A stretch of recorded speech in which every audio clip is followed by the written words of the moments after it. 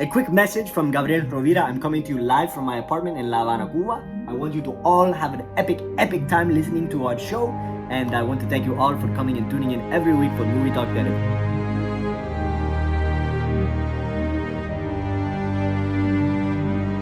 Welcome back to Movie Talk Therapy. I'm your host, Gabriel Rovira. This is episode 3. I'm joined again by Sam Murado, who came back to be an awesome co-host. And today we're joined by Radek, who's a friend of mine who's worked on a lot of sets.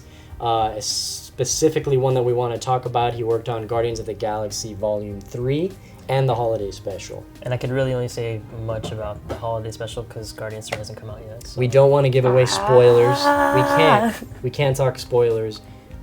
We can talk about certain little things, right? Just the experience. Just general experience. Just the experience. You can talk about the Holiday Special because that's out. Yeah, you can ask we questions can talk about that. If you've seen it. But before we get into your crazy experience, what's your favorite movie? So that is a tough question because there's too many. There's so many of them out there and they're so different. But I would say that when it comes to from our time, my favorite movie I think would have to be Interstellar. Mm-hmm. There's just something about that film that ideally any film that makes you think, walk out of it and trying to apply some part of it to your own life. With Interstellar, it was it just makes you think bigger than yourself. Makes you feel like we're very small.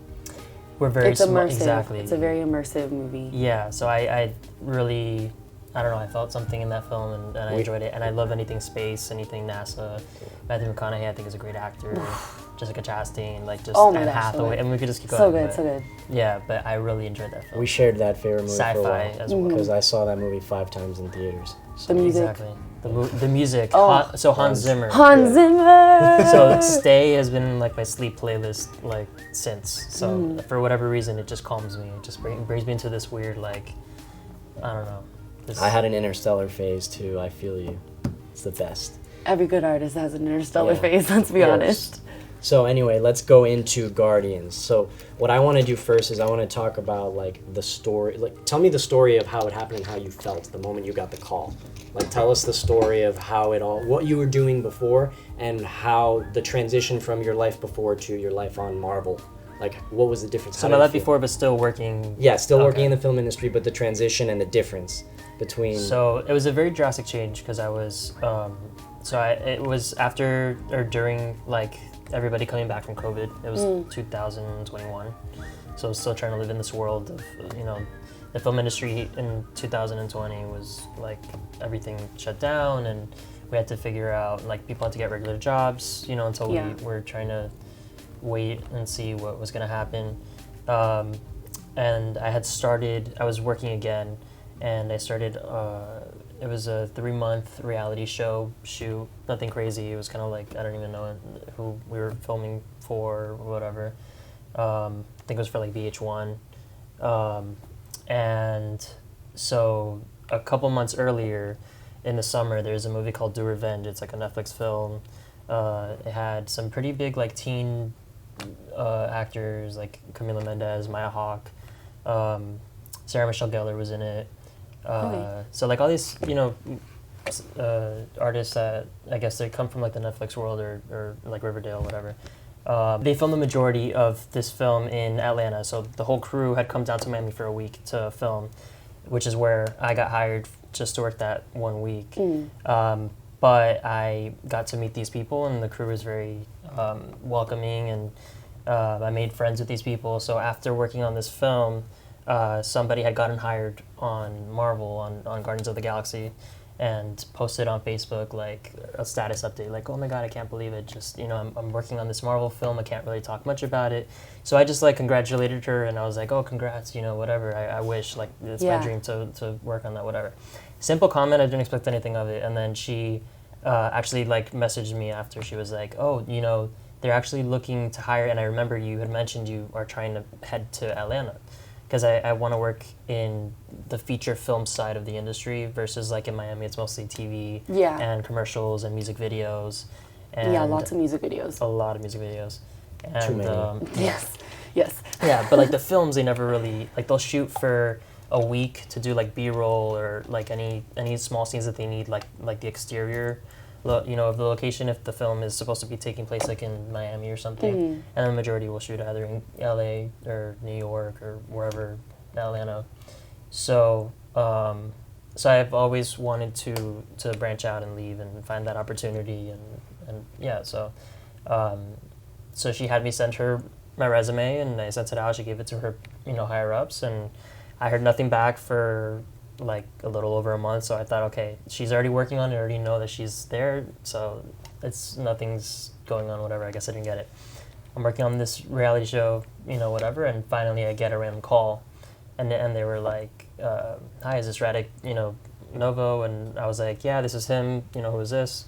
And they're like, "Oh, I'm working on Hot Christmas. We would like to see if you would like to schedule like an interview, a Zoom interview." And that's the code name, right? Yes. So Hot Christmas is the working title of Guardians, and they've kept it for all 3 films. So since the first Guardians movie, Hot Christmas is like the fake name. Yeah. So I didn't remember. It sounded kind of familiar, but I was like, so at first I was just like, oh yeah, I mean it's in Atlanta. I was like, whatever, and I was like, when will you need me? And they're like, oh, in about like a week and a half, and or like sooner the better if you can. And I was like, okay, give me more information, whatever. I'd love to talk, more about it and schedule an interview or whatever. So I continued on with the workday, whatever, went home, and then within like the next couple of days of going back and forth in emails, I finally I Googled it just to see what it was again, and then it came out Guardians of the Galaxy, and I was like, wait, okay, this is that. So I definitely I called back and I was like, yes, I'm interested, blah blah blah. I did the Zoom interview, seemed to work really well. They called me right after and said, listen, we really want you to come, but can you come next week to start? So I was like, I have never left Miami. I was born and raised local, and now I'm having to figure out to get to this city of Atlanta, which I've never been before, and I don't know anybody there. And how long were they going to have you there for? So they had told me this was mid-October, so I was going to be arriving by the back end of October, and they said it was going to last till probably February. So 4 months. Oh, okay. Long time. So that's a decent chunk of time. You have to establish a little base zone home life a little bit. Exactly. So I had to essentially figure out how I'm going to do this in a week. Yeah. So luckily, I was very lucky that I have an aunt that she has a couple homes, one in Miami and she has an extra one had one in Atlanta, that was able to let me move in. I called her last minute and said, listen, I know you have a house here. Is there any chance that I'd be able to stay for these few months? And she let me, so that was the easiest part. I had a place to land, within the week. And so essentially I got there and nothing, and within the next couple of days, with literally a week after, I was already starting working on So this tell us about the set. honeymoon phase, when you first walked into the Marvel set and you saw everything. You saw the sets and you saw the people and how did you feel? Were you nervous? Were you scared? Were you excited? Were you I was pumped? definitely nervous coming. Well, so the day before, they also called me. So they told me, okay, so you're going to be a set PA.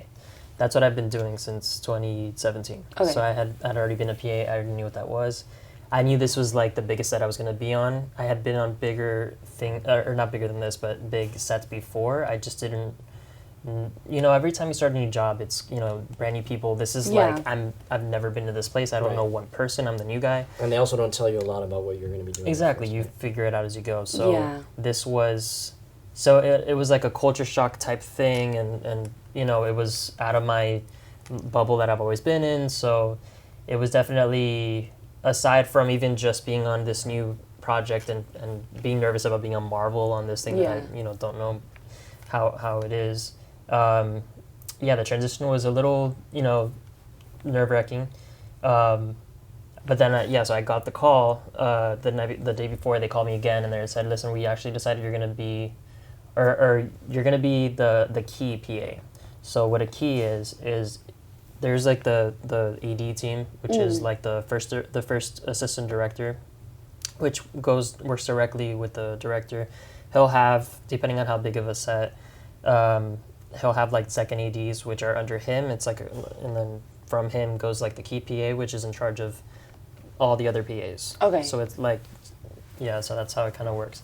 So I was going to be a key, meaning the other PAs boss of the under me. PAs. Yeah. I'd be bossing kind of them. It's like being like a manager. Managing. I'd be like a manager. So that made me nervous because I'm like, wait. Had you ever done that before on a set? I had been a key on a few sets, but like they were like 3-4 days long, like nothing crazy. Okay. And if it's Not a 4 commercial, it's not, yeah, not 4 months. And a Marvel movie. Yeah. So like, you know, I had to bring my A game and be as perfect, you know, whatever. Come to me showing up, I realized that I wasn't a set PA or key set PA, whatever. I was a key health and safety monitor, which is this department after COVID happened, which basically their job is to like make sure that everybody is following like all the ordinances of COVID, wearing your mask when you're within 5 feet of talent, anybody important, that you have also on top of your mask like a goggle or like a face shield, Interesting. gloves, like it. Yeah, they were definitely taking it very seriously. I don't know if they're still doing that. So with Disney, anything under the Disney umbrella, they're still taking it very seriously. Yeah. It's still being treated like, you know, very harshly. They don't want anybody to get sick. Yeah. I chose my battles. So usually talent didn't really, if anything, they had a face shield. They didn't wear masks because their makeup. Their makeup, yeah. So they can't smudge the makeup, especially if they're like in between takes and stuff. Yeah. You constantly. Especially some of them had the full. Yeah. So they had Nebula. Yeah. Yeah, exactly. So Nebula, especially like with the prosthetics and everything, we help them.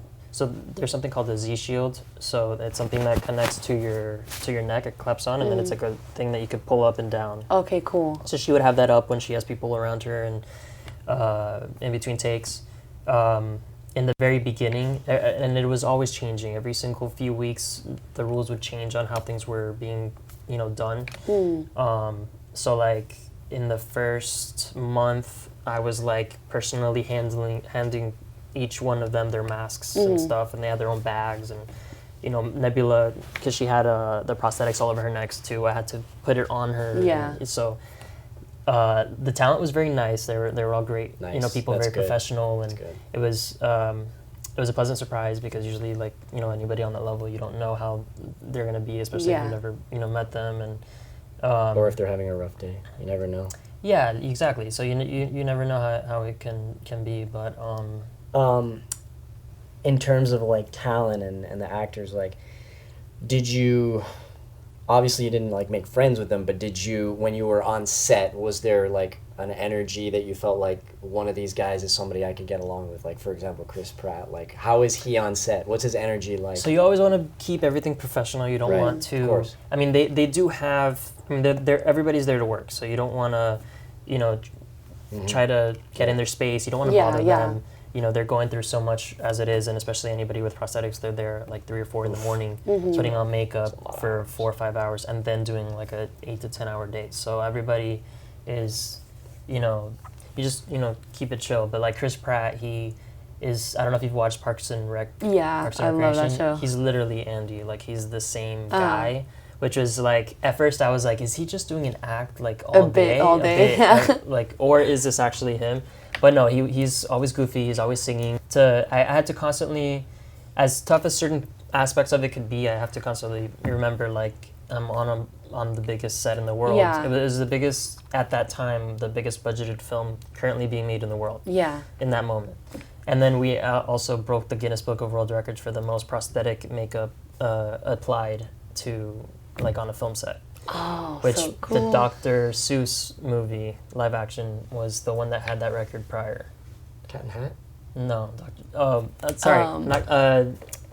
Grinch that Stole The Christmas. Grinch. Oh, The Grinch. The Grinch, yeah. Yeah. Jim Carrey? Jim Carrey. Yeah. Great movie, so funny. So, What an experience, man. It's amazing. yeah, That's yeah. so great. But, Do you feel like you learned a lot that you're going to be able to take with you now in your next experience? Like having, I guess, managed so many people. Do you feel like you're more confident now? Like, how do you think that that's impacted you going forward? yeah, I feel like now that I was able, well, so the 4 months ended up, so we were supposed to wrap in February, we ended up wrapping the end of the first week of May. So from February to like an extra. It was because you also did the holiday special, so it was an add-on. we did it simultaneously, like Right. to, like a couple days would be one, the next day would be the other. But yeah, it ended up being in total it was about 8 months. So it was like double. Maybe I'm doing the math very wrong, but it was. But it yeah, was about 8 months that we were actually. It was there. longer than expected. Much longer than expected.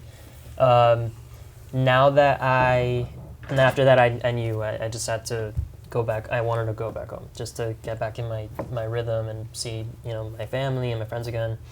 But now that I've already been there, I've been around that environment. I kind of already know what to expect coming back. So I'll be leaving around February. That's the plan, to go back and I'll be staying there. And yeah, I was gonna ask, what's your plan? Like, do you want to you have the in for Marvel, you know all the people, so you feel confident that you'll go back to another Marvel project and whatever's next. Yes, 100%. So I do like the Marvel environment, and especially if it's a project that, because I'm still an MCU fan, so if I hear You're a of huge anything, fan. Yeah, I'll fan. definitely take that opportunity. He's got the toys. But I don't want to be only like in the Marvel Marvel bubble. world, of course. I do want to branch out and explore other aspects. I would love to be on an A24 film. Right. Like that would be probably the coolest thing to work on. I think if there's one person I know who deserves to work on a Marvel set, it's you, because you definitely are a big fan. You know a lot about Marvel, a lot more than I do. You go to all the premieres, and now you know.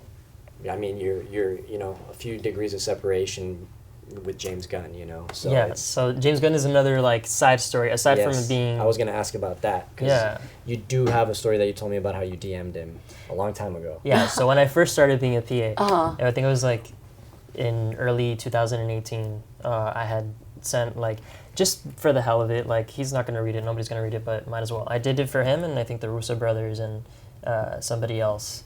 But I messaged him and I said, listen, I just wanted to introduce myself. My name is Radek. I just started being a PA, and my dream is to work on, whether it be Marvel or any type of set. I'm a huge fan of your work. I would love to work on something and have anything that's available I would take or whatever. Like, just sent the thing and gave him like my email, my number, Yeah. like just everything. As if he would be the one that even hires anybody, Yeah. whatever.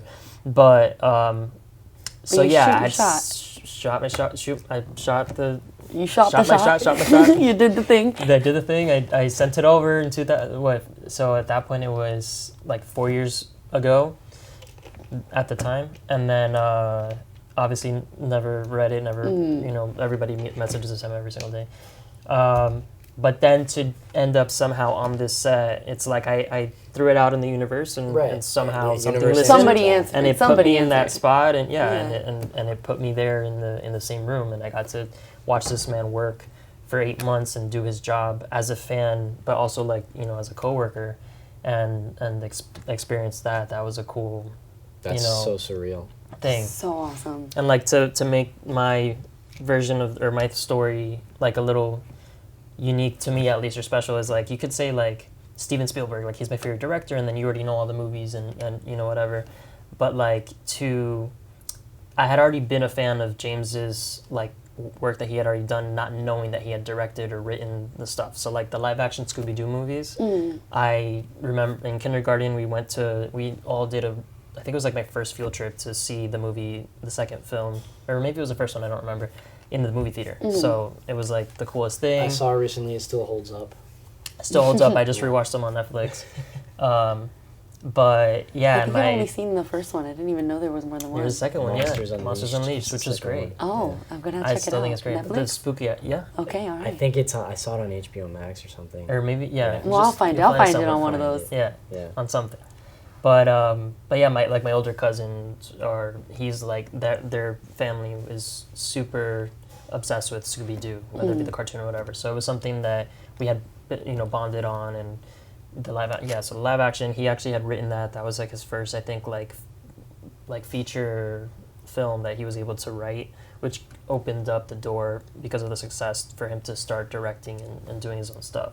Wow. So I didn't find out until like a few years ago on the 15th anniversary when he posted about it, and I was like, wait, He made did that? that? That's Yeah. awesome. So that was like one of the things. And then like the other moment was when I was like 9 or 10. I remember my stepdad was in the living room watching this scary movie that I just like walked in on him watching it, and I was like intrigued by it. It was one of the first like few times that I had seen like any sort of like horror film, and it was this movie called Slither, and it's kind of intense, like the stuff that it's almost like The Thing, like it's inspired by The Thing, like in the sense of like it's very gruesome and like very intense, and especially for like a 10-year-old to walk in on this rated R movie that you're not supposed to watch. But something kind of like drew like attention, and I was like behind the couch just like secretly watching the movie, and for whatever reason I just loved it. And then I think that kind of opened my mind to loving horror films and things of that nature, and like A24's like Midsommar, Hereditary, like any but yeah, so it ended up being one of his films that he directed, and I also didn't find that out until like a couple years ago too. That's awesome. Yeah, so you just naturally gravitated to his art. Yeah. I really like his Suicide Squad movie. I thought it was phenomenal. Mm-hmm. So because of all that, it's like it like reinforced like okay, I am an actual fan of his work. Yeah. Not just to say like a bandwagon fan, like, oh, I just love all his things, but... You're a fan of his, like, his visions, his artistry. Yeah, whatever it is that makes his work, because you could tell... He has a vibe. He has a very specific vibe. It reminds me a little bit of Quentin Tarantino, but like a comic book, like more of like a studio-held version of Quentin Tarantino. They all have their own thing that makes them them. Yeah. Steven Spielberg as well has his own specific... Spielberg has that like magic childhood feeling. Yeah. Mm-hmm. So yeah, that was like the icing on top to be able to work with this man. Yeah. How was the day-to-day, like what was your schedule like on the set? Was it Monday to Friday? You had weekends, which is a lot better than a lot of other sets, right? Well, the majority of the film industry shoots really realistically like Monday through Friday. Right. And then a lot of the times they're trying to not do this so often, but they'll do what you call a Fraturday, which kind of like... A Fraturday? A Fraturday, which is like you work on a Friday, but you work... Into a Saturday morning. Into a Saturday Wow. morning. Yeah. Yeah. So it could be if you work like a 15 or 16-hour day, you get home Saturday at intense. 10, 11 a.m., you're going to sleep the rest of the day, and then you have Sunday to kind of... That one day off Sunday, but then to if recuperate. You have a 3 a.m. or 4 a.m. call on a Monday. So yeah, it's tough. Yeah. It's definitely tough. Like the hours, that's one of the things that intimidates me about that line of work. Yeah. Is just the hours and the days. Yeah. But I remember you telling me that they were a little better than some sets because they gave you weekends. So aside it was Monday Friday through Friday, and I mean IATSE is like this big union like for crew and things like that. So they throughout this time were like going on strike and having all these petitions and stuff. And that was a big influence on that. So it influenced them to kind of change the way that they're, because a lot of people, they are getting 2-3 hours of sleep and you'll finish a day, a 15, 16-hour day, and the next day the turnaround time would be maybe like 4 or 5 hours, and that includes you driving home from work. Yeah. You've settling got to down, shower, go to bed for the next hour, and then driving if you've got back. kids, who knows what their life routine is? Who knows what they got to do? Yeah, so it's like a whole, so and a lot of people are getting to accidents and stuff because they're falling asleep on the road, and it's just it's a very dangerous environment to be in. So they're trying to, make it fair, and so with these sets, there were 10-hour days, so the majority of the crew would work 10 hours, but if you're like a PA or something, it would still be like a 12. Yeah. So if your call time or the general crew call was 10 in the morning, which is actually, it's normally like 7 or something, our call would be like 6. And then if they wrap at 5 p.m., we'd leave around 6. So it would be, the majority was about a 12-hour day, which is standard for, the industry. And you felt that this, since it wasn't necessarily PA, it was health and safety.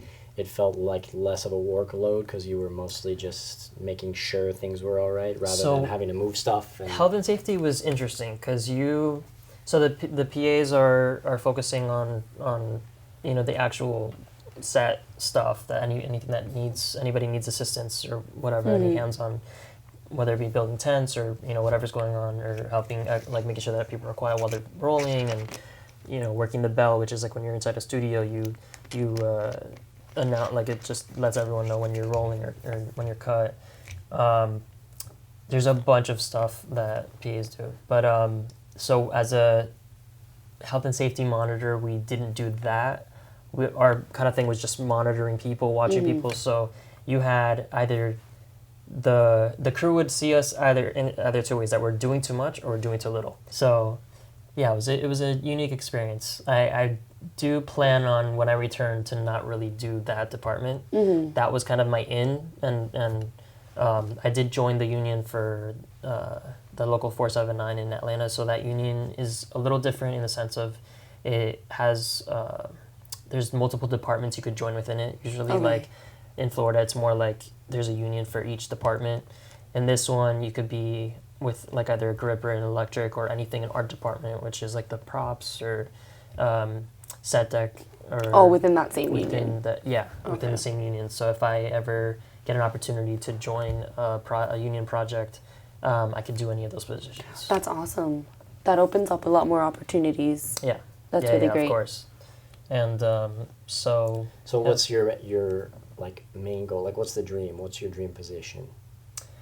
I'm still trying to figure that out. It changes a lot. It changes so much. When I first got in, I mean, since I was a child and I watched like Spy Kids, like the first one, I love those movies. Even like Barney, like I remember watching TV and always like as a 4 or 5 year old, like wondering like, how are those kids in there? Like, how are they on the screen?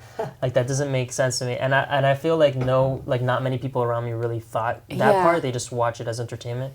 So I feel like I've always wanted to be an actor, and that's something that I've wanted to do, but I was always like a shy kid and not knowing anybody in that realm or anything, like, that just, I guess, didn't happen, and I didn't really know how to get into it. And, I'm from Miami. Maybe if I grew up in LA or something, I think about that all the time. Much different environment. I would have found a way or something. But I don't know. This year, I think I'm gonna start taking acting courses or something and see what maybe an improv class, try to explore. I was a thespian. I was in the theater program for the 4 years of my high school. We got an actress here. She can be your I mentor. know, for real. I was just saying. Mentor. I was just about to say, like, well, now you have a connection. Now you know an actor. I don't know how good of a connection I will be, but at least now you know one. No. You need a scene partner. She's really good at it, so. Yeah, whatever you need. I have to really throw myself out there and try to get out of my comfort zone. Yeah. Because right now I'm too comfortable not doing anything and just letting things happen. But when I would say like my biggest fear would be like the auditioning process, getting in the room and everybody's judging you. And, yeah. That's the scary part. Yeah. That's the part I'm scared of. Yeah, but once I'm on a set, like I'll be on a set as a PA or anything, and sometimes they have you stand in for the like whoever is supposed to be there. So you're in front of the camera and everything, but like I feel like I'm comfortable in that space. Once I'm there, I'm fine. It's just the like I don't mind people watching. It's the getting in the room and they're judging you to see if you're good enough. That part is what scares me.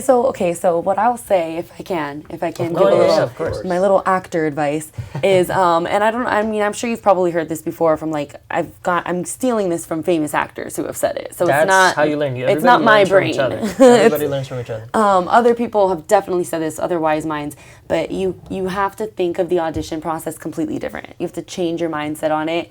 And I had an acting teacher tell me once that an audition, you should be grateful for an audition because it's an opportunity to act. Like, oh yes, I get a chance to act today. I get a chance to create something. I get a chance to like be an artist for 5 seconds. Like, who cares if they like it? Yeah. Who cares if they like pick you? Who cares if you're doing it right? Who cares if any of that? It's the audition really is more of like it's a chance to try. It's a playground. Yeah. It's a playground, and I just worked on my first film that I ever did, and I really do think that a huge reason of why I got, at least I feel this way, of why I got the role is my self-tape. It was the first time I'd ever done a self-tape with that mentality. I really felt, I got the script, I looked at it, and I was like, how lucky am I, man? These people gave me an opportunity to read their work and give them my impression and my interpretation of it. Like, that's kind of vulnerable of them. No, it is. To like be passing out their writing to multiple different actresses and testing out like what is their brain now going to come up with for my writing. So I was like, wow, thank you. Like, you're kind of That's a lucky really- now. I get a chance to perform for you. So like, Positive way of looking Yeah. at it. you know, and then you have to like be proud of what you're doing and have fun with it. It's a playground. Auditions are a playground, so you play, and then you're like, thank you guys, thank you for letting me play for a bit. That was a lot of fun, and then you forget about And it. then you throw it away. And then you throw it away and let you it go, leave the yeah. playground, and you're like, man, I'm gonna come to the playground again tomorrow. A different audition, Yeah. a different group of people, you know, different kids, different imaginations, different stories. But you have to think about it that way. And then also be like, man, they were lucky they got to see that, because nobody's ever gonna see that again. Because an audition's fleeting. It's like theater almost, you know? If you don't get the part, nobody's ever gonna see that performance again. So you're like, even if they hate it, you're like, you don't know what you're talking about. Yeah. That was great. It is your chance to actually show like what you can do. What you can do, what you would do. And the actor that I worked with on this film I just did, oh my God, he was so intelligent. He taught me so much. He had so much good insight. And something that he said, he was actually the guy who wrote the script that we worked on, and he was also a producer on the film. So he had a lot to teach me. But something that he told me too, he was like, this is your chance. Like on this film, everybody here is learning, everybody here is creating, but this is your chance to be an artist. Like do what you would do if you were creating this character, because you are. And essentially, if it's something like if it's not meant for you, then it wouldn't be. But Yeah. just It's bring not yourself- just that, but it's also a chance for you to kind of figure out what you're good at too. Because like Yeah. if you bomb in an audition, you can always just be like, okay, I'm not good at that, but I can try. Yeah, something well, it's else. not even, but it's can also also not be- even about not being good at that. It's just Yeah. that particular group of people didn't want to see that. Right. Exactly. You know, like James Cameron right now with Avatar and everything I saw, I don't know if you guys have seen the interview of him talking about the flying scenes in the first Avatar, Right. that a bunch of people were like, or a bunch of the execs, I don't really know, the people that yell at you The for, suits. the bigger people, we're like, oh, those scenes don't need to be in the movie, they don't serve We the already saw the story, we bird. already saw the bird. And then he we already- yelled at them. yeah, and he was like, he said something about the reality is I want to see them. And if I want to see them, there's somebody out there that wants to see them too. It stands to reason. So Yeah. an audition experience, you can literally use that same mentality in audition experience. This is how I want to perform it. And if I want to perform it this way, if I find joy in this performance, somebody's going to. Yeah. Whether or not it's these 3 people sitting in front of me, it's going to be somebody one day. Yeah. You know? So there you go. Yeah. No, it's And I relate to that too as a filmmaker who's made movies and who's gotten criticism. Like I'll see like you might not like it, but I liked it, and if I liked it, somebody else is gonna feel the because it's same art, way. so it's It's all Exactly. subjective, to the yeah. viewer, So yeah. you know, And when you think there's about always that, gonna be haters, and there's always gonna be people who will appreciate it. So. and I feel like a lot of actors, that's the problem, is the audition room, you forget that you're an artist. Totally. And because they tell you, you know, an audition's kind of like an interview. No, it's not. And then when the moment you think that, you think about doing it right and you think about getting the job. And You know, instead of focusing on your instead of performance focusing on your and living performance. in And that character for an that audition, unfortunately, an audition is the job. Like you don't get paid for it, but you're already at work when you Yeah. go to an audition. Yeah. You know, so it's your chance, it's your opportunity to be an artist for the day and then go home and have coffee and be normal. Exactly. moment. And if you get that call back, then And then you get to be an artist again for the And callback. Yeah, and if you don't, then you can try again somewhere else. And then you could be an artist with some other people's work and you know that you have to, it's all about mindset. I mean, I feel like this world is just all about mindset anyway. But Yeah. anyway, I don't know if that helps. no, for sure. I think But- it does. Yeah. Yeah, no, Play, 100%. play. It's a playground. I'll see. I'm gonna join when I get to Atlanta. I'm gonna find Definitely. some good classes or something. And Yeah, I don't know yeah. if I should start in improv, which is probably the one thing, the worst thing that I'm not good at, or I don't know how to. The thing you're Improv's think I'm its the own. worst at- Improv's that's its own tough because skill. you have to be able to quickly like calculate just what be to quick say on your next, feet. which is it's not memorizing So- lines. It's being- Yeah, it's its own like kind of technique. Yeah, Yeah. but just for the sake of like getting me to open up in front of Mm-hmm. play with all these people and these strangers that I don't know, and, Yeah. or to just do the traditional acting, acting whatever the introduction to. Honestly, both of them are gonna open you up. Yeah. You're gonna have to get in front of people. I'm gonna have to take them both anyway, so And, I'll just start yeah, with whatever. Do it. Do them both, yeah. So we'll see where that takes me. Do a little bit of one, see if you hate it. Do a little bit of the other. Yeah, but in the meantime, while I'm figuring that part out. In the meantime, you can work with James Gunn more. Well, if he invites me to any other thing or their team, that would be great. Yeah, but that's a great place to be as an actor too. You learn so much from watching other. Yeah. I tend to be very drawn to watching talent do their scenes and stuff. Yeah. And I always try to every single day I try to take something away from my experience. I try to learn something from it, and even just the way that they.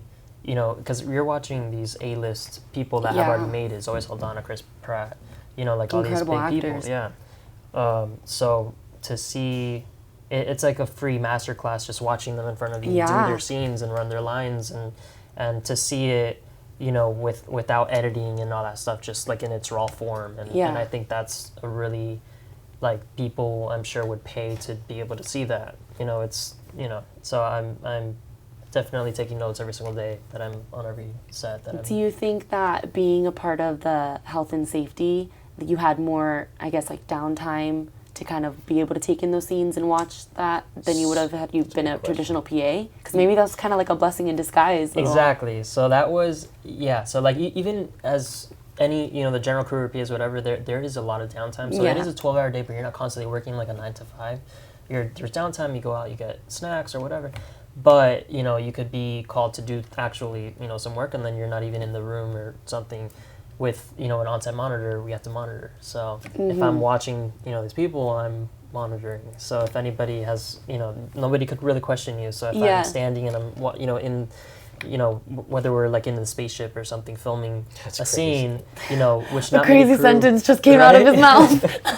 Not many people, they try to kick out as many people as you can, because you can't just have the ship filled with crew. You got to make it look like it's just them in there. So, but I have the excuse of I need to make sure that I'm health and camera safety, y'all. and sound while they're around them, that they're masked up and everything. So you got to let me be in this. We're in the cockpit right now. I got to be in the corner watching everybody. So you're hiding underneath. So if we see any reflections of anybody that's not supposed to be in the shot, you might see me in there. If they did a really bad job at cutting it out. I mean, it must have been crazy to watch the whole. The whole movie, so no spoilers. I know the obviously. entire movie. movie. You were there. I was there from day one. From the few test shoots that they blooper. did. So how out of order do they shoot? Very out of order. Really out of order? So we had 105 shoot days, and each day was a scene or two, and I would assume because it was just all over the place. It was just. But does it at least make sense that all over the place? Do they film all of the spaceship scenes No. So it's not even organized all over the place. There's also the part where every actor has a different turnaround time for what their contract because they organize their kind of debate their own what's the word I'm looking for?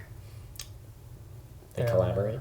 No, they negotiate. They negotiate their own schedules. Yeah. So they're all different depending on what's been agreed upon. So a lot of the time we have to shoot and if it's a long scene too, even let's say they're in the ship and whatever, something's happening.